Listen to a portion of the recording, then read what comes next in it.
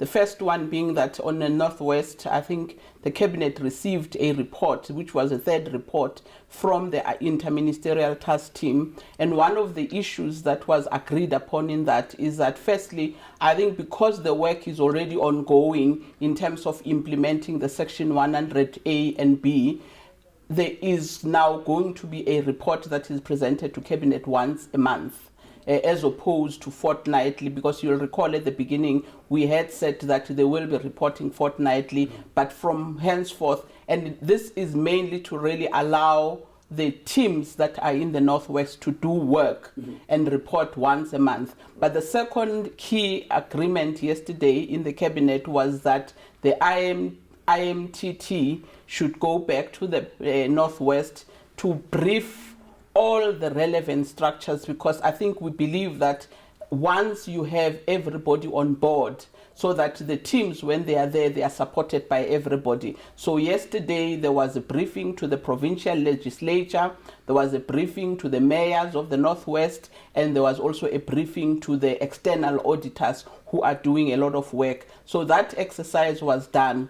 But then the second current issue is that the Cabinet really welcomed the National Minimum Wage Bill that was approved in Parliament. I think Cabinet believes that this is the beginning of narrowing the gap, particularly from the low paid workers, which amounts to something like 6.4 million workers that are still paid below the 20 rand. So this minimum bill, once it's enacted, it is going to force the employers. But I think the most important thing is that the Cabinet really thanked all the relevant parties in NADLEC that have made this bill a reality. And the other third issue that I just wanted to highlight, which is in the current, the Cabinet came out in full support of the safety intervention of the South African police, because it believes for us to achieve a safer environment in our communities, the police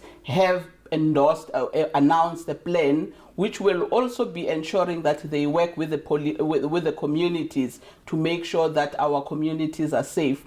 But the Cabinet also requested South Africans to work with the police, particularly on that toll-free number, that it is there to be used by communities to provide the information to the police so that they can be able to intervene. However, they are appealing that it should not be abused, because that toll-free number can save somebody's life. So if you then abuse it, it's a resource that can be diverted to something else, which would have actually afforded a person who really needs it. One of the two reports that were presented to Cabinet, and they were approved to be tabled in Parliament, I think the first one, which was a tax incentive scheme program. This is a report that has been tracking a number of companies that have taken the tax incentive scheme that encourages companies to invest in research and development.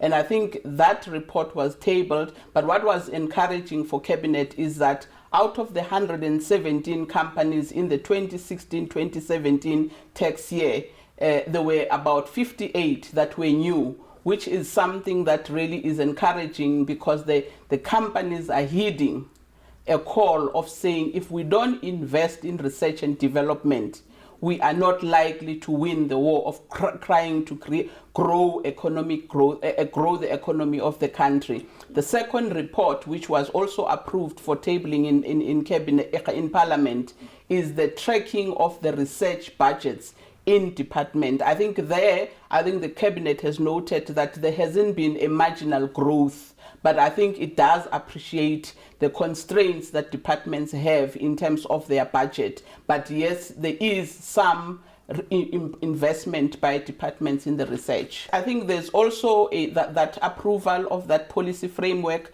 for the accreditation services. Karabo, just to share with South Africans, is that the Child Act provides that all accreditation services that are provided in the children that are in conflict with the law, it should be put in place and it should be reviewed from time to time. And the presentation that was taken to Cabinet it was doing precisely that. It has done, for instance, a number of other things. The accreditation process with the new revised, it has been shortened, but also it has widened the actual curriculum, if one is to say, of the services that are provided to these kids, that it should not be narrowed only to the academic program, but it also should invest more in the skills development of these kids. So that policy also has been adopted, and it has been reviewed with a view of making sure that the service that is provided to these kids is of high standard. I think the Cabinet also in the section of bills